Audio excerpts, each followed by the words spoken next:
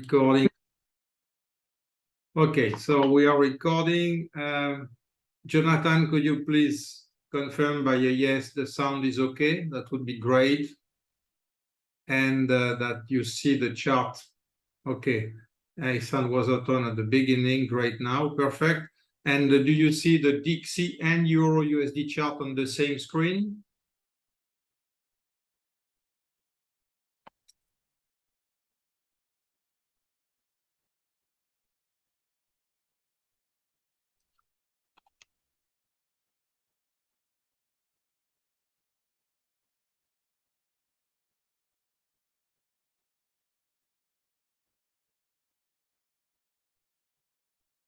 Okay, so I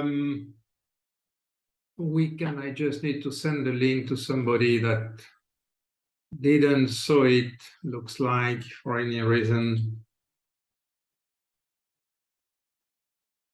Okay, so now it's just an intraday update, as I do sometimes. You know, we generally do the morning update. I try to do it before or just after the London Open, depending on the price action we have. And now we have on the chart the DXY and Euro USD charts all together, so we don't need to change screen. And we look a little bit at what's happening now. So I was expecting a little bit of US dollar love starting when the US market is waking up, which is more or less that time. And that's what we are seeing, starting to see a little bit. It's usually what we see. Well, we see it often, even if I don't think it will go really far away now. I would like to see a push here, at least to the 61.8. That would be very great. And then that would probably put us in one of those levels we have on the Euro USD. So as you know, I look at several charts on the Euro USD. Which is what I did. I don't see all of them, that's why. Okay, so let me go big screen on this one. So on the Euro USD, we have several charts. This one, which is very important, which is the one I've just spoken about. We have this one, which has the same thing with a little bit more tools here. One of them is the volume levels we can use, and some price action here, tools like quarterly price action tools. And this one, which is the last one, that has this orange ABC down, and we see we came back in the 61.8. We bounced from the 76.14. Now we are going lower. So that's looking to be the beginning of the pullback I am expecting, and I want to buy that pullback with the setup. So that's really what we want to do now, is to get more longs. We have had a nice long this morning. I think it's around here we went long. Yes, exactly here. So that's the morning long today. Okay, so we went long right there and get paid on it nicely inside the consolidation after yesterday long. So yesterday we went long here, added back here, took some short here. We were paid little, but it's already 30 pips or something like that. Then we have had this consolidation in the night, and now it looks like we are trying to break above this consolidation, but market is not gifting anything. So we are waiting for a setup. So if we look now at the setups, I will switch charts just to make sure that you see it, Jonathan, because you know the procedure. Please, when you see the chart, let me know that you see the setup chart with 15 minutes and 5 minutes. You should see it now. I wait for your yes. Perfect. Thank you, Jonathan. So I'm sorry to ask you some work, but that's helpful, because like that I avoid to speak when people cannot see the right chart, which happened the last day, you remember. So now we are here. We have the tools. We have the 15 minutes, the 5 minutes. And from the setup point of view, if we look only at the short term, we would like this one, the 7 period, to come back here. Of course, this one, the dynamic indicator is already showing a signal. We would like a signal there too at the same time. And as a confluence, we want to have the 7 period on the 15 minute, same thing, a little bit lower with a signal on the 15 minute. That would be great. If all that could happen on the 78.6, 76.40 fib that I just spoke about on the Euro USD and that I would speak about around around the parity, exactly around the parity. One is at 1,000.31, the other one is at 1,000.05. So let's say around 1. If we have a signal there, that would be great. We see we had a short setup after the morning push. We had a short setup, and this setup is now developing. This morning, we have been looking at the current setups on the multi-time frame chart we have here. Okay, so this is the same chart. 5 minute, I said I want it a little bit lower. This one would be nice together with it. That would be great. This is the Euro USD, 5 minute, 15 minute. The 1 hour went up on the morning push, and that's when we started to pull back. The pullback I just spoke about with the short setup we had on the 15-minute chart. What we must keep in mind now is that we have these 4 hours up there. So it can stay there a little, but if it goes really further, like you see here, it will need to breathe. It can stay too in some very strong pushes, but that's something we need to keep in mind. So the 4 hours, it's a little bit against the long side, but we still have very strong tailwind on the monthly. On the weekly, we're in between, and on the daily, we had a very nice reading together with what we already saw. I just do this as a refresher to have a clear mind inside the end of months that will probably start today and go on tomorrow, or only start tomorrow. So here with this price exhaustion indicator that I use, you see we had, as I say, the daily divergence on the daily chart. We have there, just to refresh the mind, sorry, I'm on the wrong chart, so let me take this one. If we look at the monthly, just remember, very strong monthly long. Then if we look at the weekly, same thing, we have a long on the weekly, and the daily, which is what we have here, daily 4 hours, 1 hour, 15 minutes, we had a long with a divergence, which is generally a nice bullish setup. So now the game is simple. We want to buy dips with setups as much as we can, and I hope we will get some pullback a little bit deeper. It's already bought back. You see the Euro USD is already bought back, so I hope we get something better, because we can't risk money that we made at this stage, at this level. The month's close is tomorrow, so it's not time to give back money. It's better to miss a trade than to risk a trade that will not be that has not enough chance to be successful. All is about risk we want to take or we accept to take, and at this level, I prefer, as I said, to miss a little trade than to risk to give back some money. And probably will go lower on size since tomorrow, after tomorrow, starting tomorrow, sorry, just to avoid that. So if we go back now to the chart we have been seeing, let me just switch, and Jonathan will confirm me, but you should see now the Euro USD chart again. Great, thank you, man. So we have this chart, and together on the same screen, since I share this screen in two, we can see the the Dixie at the same time. So you see the Dixie even didn't came near this one. We can look a little bit lower. Same thing here on Dixie. I have several charts. So the first one we have been looking at this one. I like this one because it's a very clean chart. There is only really the big thing I want to look at, which is the one-to-one we never touch, which is the 61.8 of the ABC. So that's what we are looking. This is the upside quarterly ABC, the blue one, and you see how precisely we came inside again. So it's always good to look at that, because we remember what is in control of the price. As I teach and as I say, we have several tools in our hand. We can use FIB, we can use volume indicators, we can use price action, but whatever we use, we can, in each of them, find different things. We can find different FIB, we can find different price action levels, and we can find different volume level. The most important is, how can I validate my levels? How do I know if the level I am using, or the FIB in that case here, for example, is this FIB, or are those FIB used by market? And we see price has reacted on most of those FIB in both situations. Like here we react on the blue one, and here we react on the green one.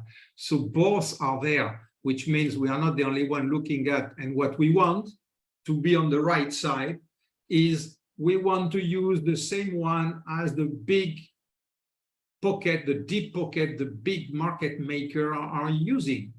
And they use some of them. When we found the one they use, on where we think we found the ones they use, because they don't use only one, then we can be really more precise, and we can be really more safe on our trades. That's all about. So finding level is easy, but we can find tons of level. But finding the level that is used by market is a little bit more complicated, and that's when we have better chance to have a great trade. So that's why I have all those charts, because I want to look at different things. You see here, you have a price action tool, and we have a pullback from it. So always important in your trading to validate what you use looking left. The only truth here is on the left. The right is guessing. The left is reality. So here we have had price action, and we know which one has been used. So if we see a series of FIB, like here, the green and the blue, to make it simple, are used really strongly by this market, we know that in the future we have a great chance to be at the right place if we use those one, because they have been used here, and the market, or big part of the market, is using them. Okay, so when retail is using the same basic tool, that changed nothing, because retailers are not waiting on the market. They are nothing. They are peanuts. We are peanuts, because I am one of them. So we are just peanuts.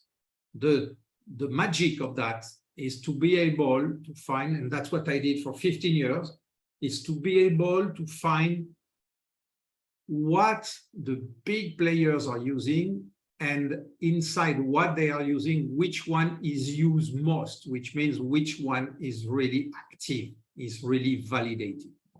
So that's why I have all those charts. It's not just because I love to make charts and I want to look like a crazy trader with too many screens around me. No, that's the reason is this one. So you can see a lot of charts I did. This is the same as the one I just showed you, but this one is too crowded. So that's why I did this one. It's exactly the same, but much cleaner. And I have my working chart, which is this one. So interesting now. Look, I will go back. It's very interesting because we have some nice price action starting. Let me put this one back here. So we will see what happens there. Let me look at the setups. The setup is starting to look nice on the 5-minute. The 15-minute could join it. We are before the New York Open. So we have to be very careful, because that's when we have the USD lower coming back and buying. So here, 61.8 coming soon on the Dixie. Over there, 78.6, 76.40 coming soon on the Euro USD. Which one will you use? Will we use first? Of course, Euro USD, because Euro USD is the leader in the story. This one is made of several currencies, but Euro USD is a leader because it represents 60% of that one. Okay. So when it moves, this one moves, and it's the bigger Euro USD is the bigger player inside the Dixie. So that's something we need to keep in mind always, even if there is a yen inside. So this is my my alert system, which is telling me, it's a very simple alert system, which is telling me when we have a signal on the 5 minutes. We have now a signal on the 5 minute, and we have now a signal on the 15 minute at the same time. Let me show you very quickly. You can take a screenshot if you want, so you have it with you. Okay, I share it now. So you see, we are now arriving. Confirm me, please, Jonathan, that we see the setups. So we are now arriving here. Thank you, man. We are now arriving here. That's what I was saying just before. So we are in this area. We are in this area. This one is coming together. This one could come together too. We don't have a signal there too, but I think it won't be late. We have a little bit missing here, a little bit missing there. So we go back. We know and now you have to trust me when I will tell you we have to set up or not. So now we come back to the Euro USD Dixie chart. You can confirm when you have 2 seconds, Jonathan, that you get them. And here we know actually that we have those, thank you. We know actually we have those setups behind us starting to get ready. I would say they are 80% or 90% ready on the 5 minute and probably 80% ready on the 15 minutes, which is not bad. A little push there would be really nice. And on this chart, which is not what I do often, but on this chart, I just added the 4-hour 2021 email because it's just in the same area. We used it this morning together with the 61.8 here. So that's what we have. And you see the one that did the job is to the PIB, the 61.8. So that's confirming this PIB is really accurate, is used by market. So now the other thing I've not put, which I should have done, let me do it now if I can, is to put the 1 hour because that's where we are bouncing now.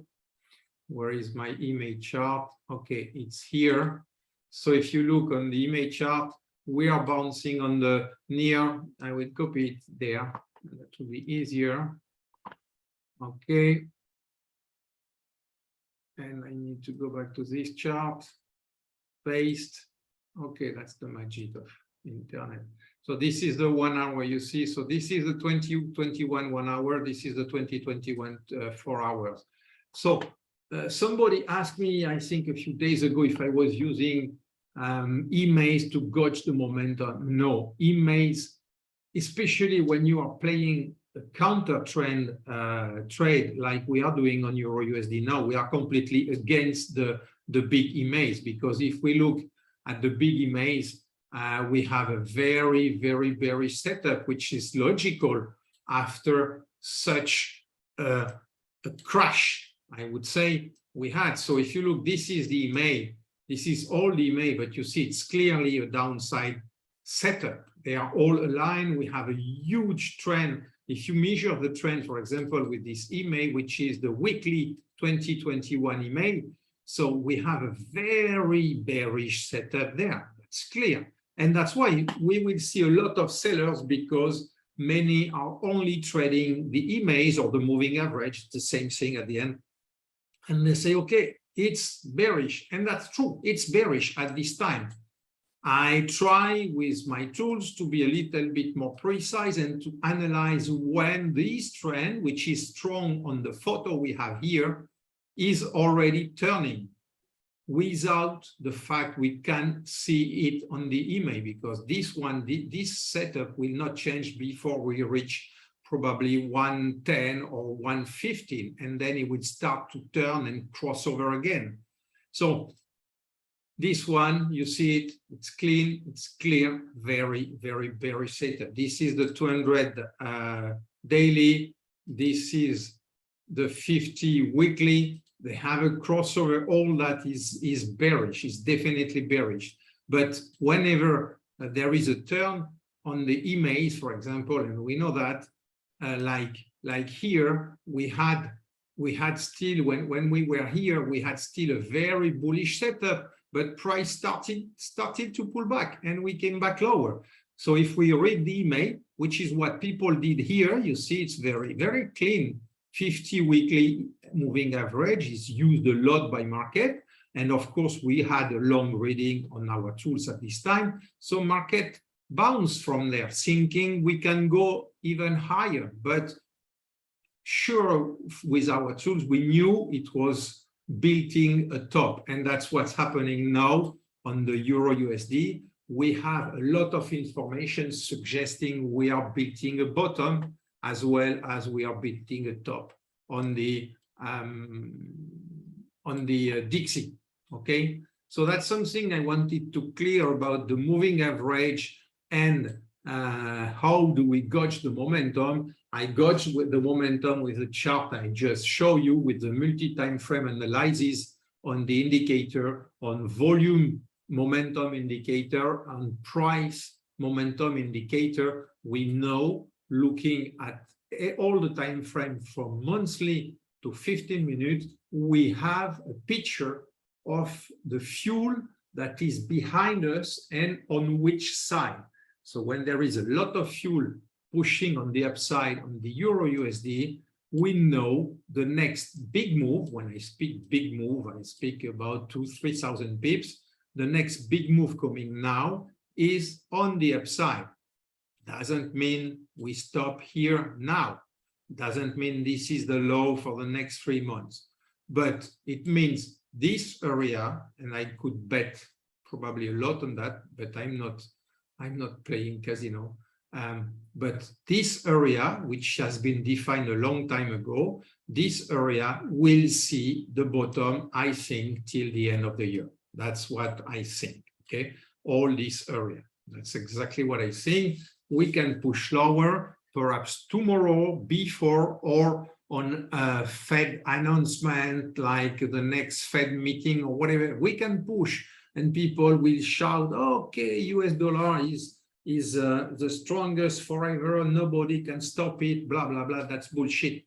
Everything stops one day. Everything that goes up will finally go down. And that's how life is. We know it. So there is nothing that is strong forever, and much less in this market.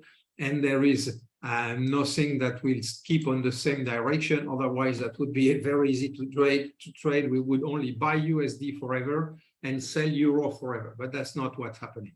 Okay. So if you have any question beside what I just said, just let me know on the chat. You have the chat. You can speak here. And if not, then you have those charts on the Twitter feed with some levels and things like that. And I will keep on looking at this setup, the setup we have there. I go back on the setup because now everybody participating has the chart. So now we look one more time at the setup. You see we have here this nice thing here, which I like a lot because we have here on a deep reading, like a kind of double reading at the same level with a divergence here. So that's telling me soon something will happen. Where could that be? Perhaps on this daily thing here, the daily open at 0.9995, or on the level we have. So here we have this daily, we have the 76.40 and the 78.6 fib that I just show on the Euro USD chart. So this area for sure could provide something. We are about 30 minutes before the New York Open, so we could see a push there. And then if we have a good setup, 5 and 15 minutes, I will be a buyer and I will wait to see how we react. Or we break highs, or we just see, which is already good to be paid 20, 25 pips up, and then we come down again. And that would say intraday, I repeat, the trend would have shifted a little bit to the downside, and I would buy, and I want to buy before tomorrow as much as I can Euro USD, because I think we can see a much bigger move tomorrow on the Euro USD, even if only with yesterday's trade, we already made 160 pips. So I hope you enjoyed it. If you have questions, let me know now. If not, then we'll stop the meeting and we'll keep on working with what we have. Have a nice day. Thank you for listening.